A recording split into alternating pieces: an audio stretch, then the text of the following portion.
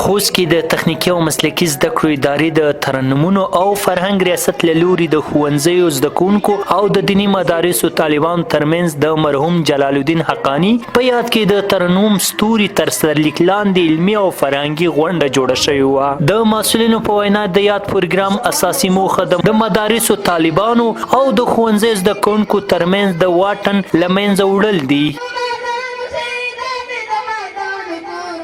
د دوی په منځ کې چې کومه فاصله خلک ښایي د تبلیغ د نګاه فاصله بالکل نشته او موږ د همدې دپاره د مدارسو او د مکاتبو شاګردان راټول کړي دي تر څو دوی په خپله هم د مدارسو طلبا او هم د مکاتبو شاګردان یوه غونډه وکړي په یوه جلسه کې راټول شي تر څو د خلکو د اذهانو نه هغه خبره ووځي چې د دوی په فکر کې دا د فاصلې یا د واټن شتونوالی وي.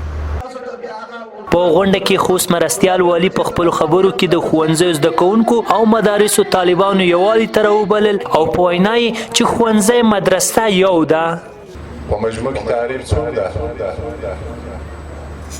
تعلیم او د مکتب شاګرد دواړه هغه قشرونه دي چې دوی به یوه سالمه ټولنه جوړوي. د دوی استادان څوک دي؟ دوی هغه څوک دي چې په خپله مقدسه خاوره یوه اسلام پاله وطن پاله ولسپاله ټولنه غواړي. هممهاله زده کوونکي یا د سیالۍ ګټورو بولي او له مسؤلینو څخه غوښتنه کوي چې په راتلونکي کې د هم دا ډول پروګرامونه جوړ کړي. د ترنم او فرهنګ له قدرمن ریاست څخه نړۍ مننه کوو چې په خوست ولایت کې دا ډول برنامه په لار اچولې وه. موږ هم ډېر زیات خوشحاله یو چې ګډون مو پکې کړی و. هیله هم همداسې ده تمې کېږي چې دا ډول برنامې لا ډېرې شي او لا نورې په لاره واچول شي. دلته دغه غونډې ته ټول یتیمان او ډېر مکتبو والا راغلي دي. دا د وکړي چې نوره غونډې ډېرې شي موږ به ډېر خوشحاله شو چې نورو خلکو څه ووایو.